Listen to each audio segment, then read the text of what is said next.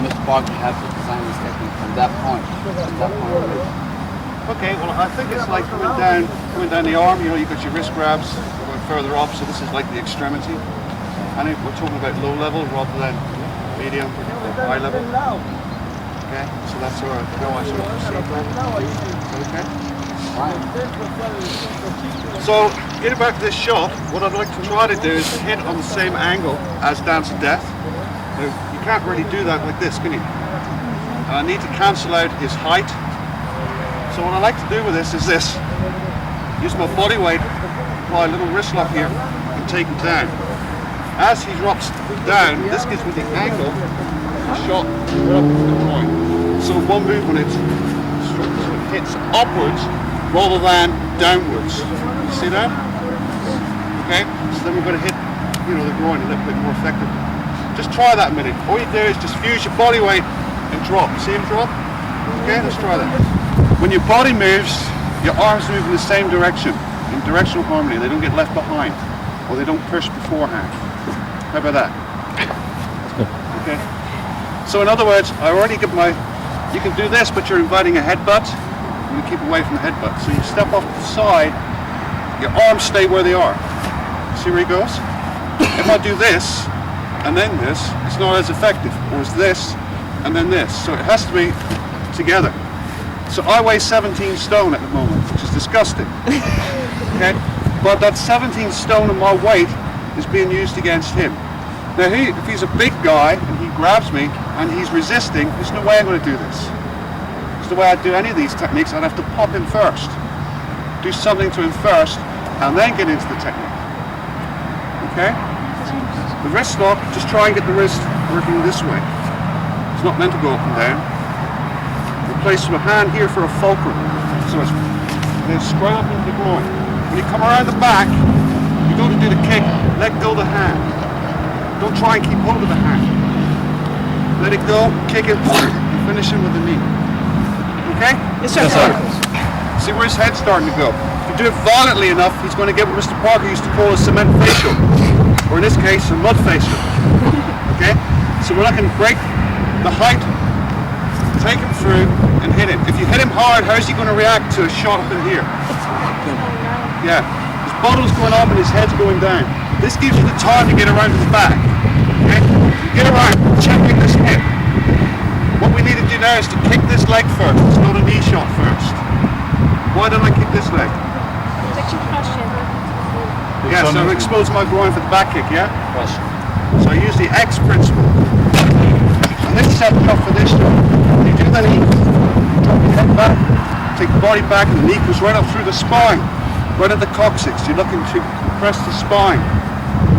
Okay, so be accurate with it. One of the things as being higher grades is we've got to develop our skills of accuracy.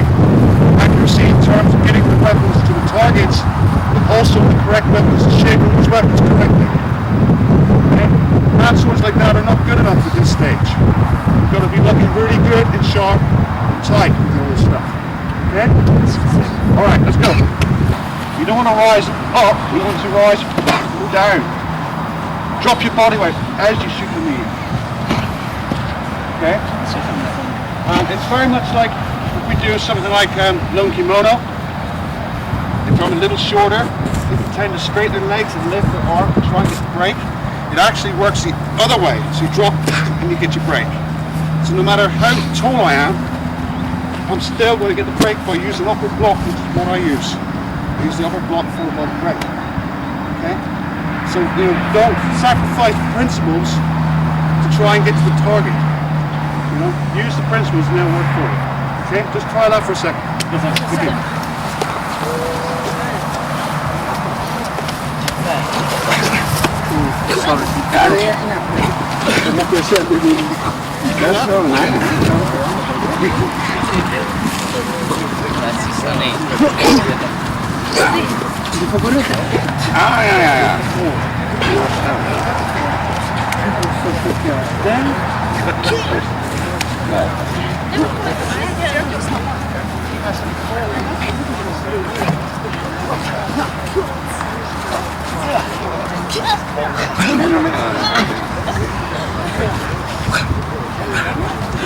This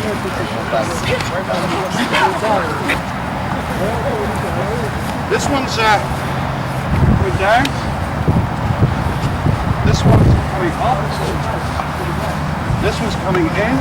Sorry, from the outside, and this one's coming in from this way. You see what I'm doing? Okay. So what we're going to do now is work broken gift. Step across, broken gift, great. Okay, let's try that. They're connected. Would that make sense? Yes, sir. No, sir. No. So would that then apply to locks? Would he do a defense against the lock as the lock was on, or before? Before. Okay. So what about grabs? Same thing. Same thing, right? So I'm not saying that you don't grab, it's just that you don't allow him to complete the move. So if he wants to intimidate you and squeeze your hand and do all of this stuff, or resist you, it's already too late for you to do that technique.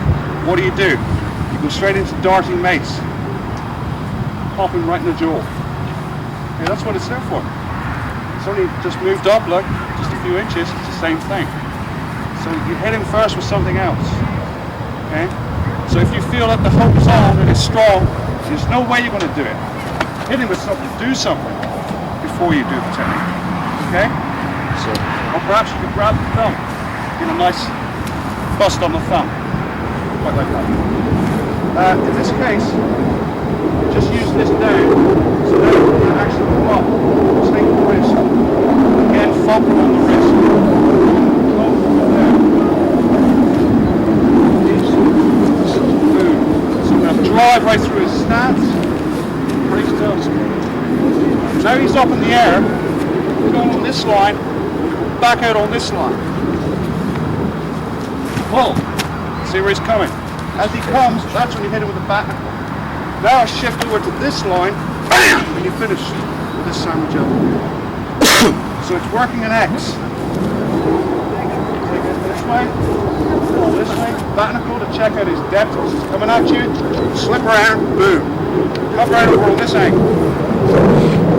Work an X. Okay, that's how I do it. Have a place, what do you think? The height. Just now we did it down. Now we're taking him up. Okay, either way we're disturbing his control of his body. Okay, so they're opposites.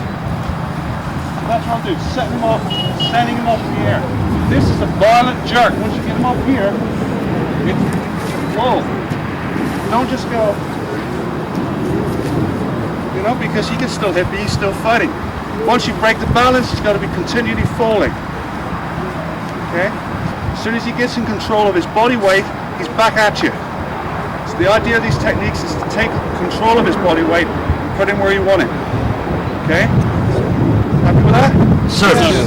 Okay, let's try it. All that stuff, right? But the idea that with all these techniques, I think, is if he's grabbing me for one kimono, I look at he's got a knife in his hand. He's not trying to hit me, he's trying to stick me with a knife. Okay? So the idea, when I break his arm, is this sends him off from the balls of his feet, sends his height up, it places the hand in what we call an orbit of oblivion, gets it out the way from me. Okay? Even when I do the rest of the technique, not this way, because he can come at me with this way, keeping it over here. Then you can finish with a chop, right? Yes, sir. Okay, it's the same thing with this. I think he's got a knife there. See where it's going? It's going away from me. It's going away from me. See, it's still going away from me. The only one we got a problem with is this one, but I wouldn't go on the inside against it if he had a knife there. Okay? So, you know, whenever you get out of one limb, think about controlling the other one. Whether he's going to hit you or stick you or whatever. That's the key. Don't allow his wit zones to open up and come at you. Okay? So try it. This. You do this, don't you? What? B1A. What are the freestyle techniques? First one. Okay. The other freestyle technique, B1A. Okay? It teaches us how to disturb our opponent's height, width, and depth, and how to control them. Okay? This technique here is really exactly the same thing. Okay? There's the width, there's the height, here's the depth in terms of my viewpoint. Okay? So, get in the stance. I'll do this, out his width, yeah? Sir. So he can't hit me. But he can't open up new width zones and spin. Catch me. If I do this, he can't kick me. So that's the height taken care of. But he can punch me. If I do this, he can't punch me, but he can kick me. So how do I check out both? 45. 45. So now he can't punch or kick me, but he can step through. So I need something to check out the depth. So what I use to check out the depth is the punch. So he can't step through. You take that from the higher level down to the low level, and you do this. There's the ball. Okay. I'm going to hit the arm, plus the arm, and the knee doesn't go straight forward. Come in on a 45 angle. You guys do it that way? There's a nerve in here. That's what we're looking to hit. So this way. Shoot off from this one. Okay? If you don't get this reaction, you're not doing the technique right. Watch his hand. See? If you just do the technique like this, if you don't feel checked out, pop him one.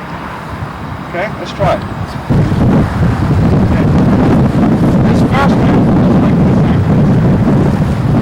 So I get the torque from the knee, take your head back. There's the head up, shoot that way. What's going to happen when I've done it and hit it there? Shoot it like that. Do this. What reaction are you going to get? This is going to go this way, this is this. This is going to be up here. Okay? This is about screw it. I like to check this, and this opens up this here. And I like to come in and hit it with his knee. Maybe get this knee dislocation. This support, come in, bam! You hit it with this, you're going to bust the knee, as well as you in the chest. This sets up then ready for the extension, the rest of the technique. I like to do that because you're taking out the base, you're not allowing him to stand up and get strong again. You know, he's totally disorientated, his arm's busted, he's had his groin done in, and now you're attacking the lower level, as well as checking at the top of the chest. Okay? Yes, sir. Let's try, be careful with it.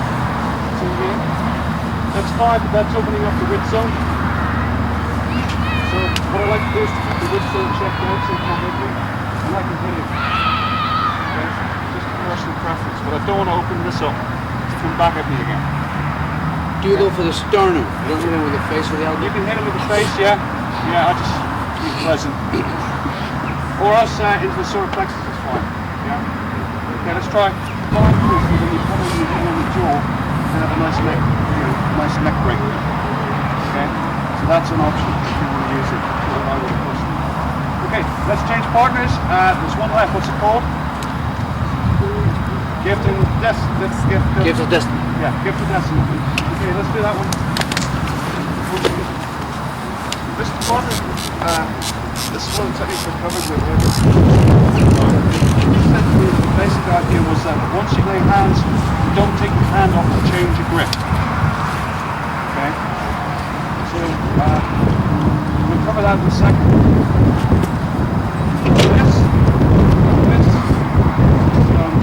This, with the arm break here, there's only one left. That's coming in. I like to break the fulcrum to give me the angle for the target. Okay? Attack the dorsal here if you wish. What I like to do is attack down this just to get this sort of reaction. As it doesn't do this, it takes a direct line shot right into the sternum. Okay? So it's not like this, it's more this way, coming in. Taking down. See where it's going? So he's moving out the way, and you can pop him with a flapping elbow. So then what he had me do is this. You also come around and finish with this. Not a kick. Okay? The standard thing is this. Okay? You notice? Hands don't let go. Keep the pressure. Try it. See what you think. Don't throw him the cameras, man.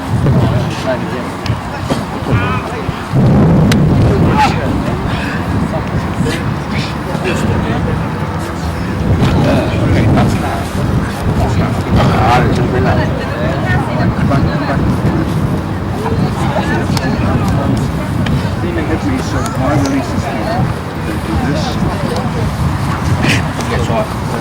Turn it here. Turn back. Take the bands through. Take it. So it's like one movement. So you hit him. Right up from here. Breathe this. And you're there. And also, when you hit him with this one, it takes him off. We'll cut the vertical off. Change it and then which fits in with raise him up, yank him down.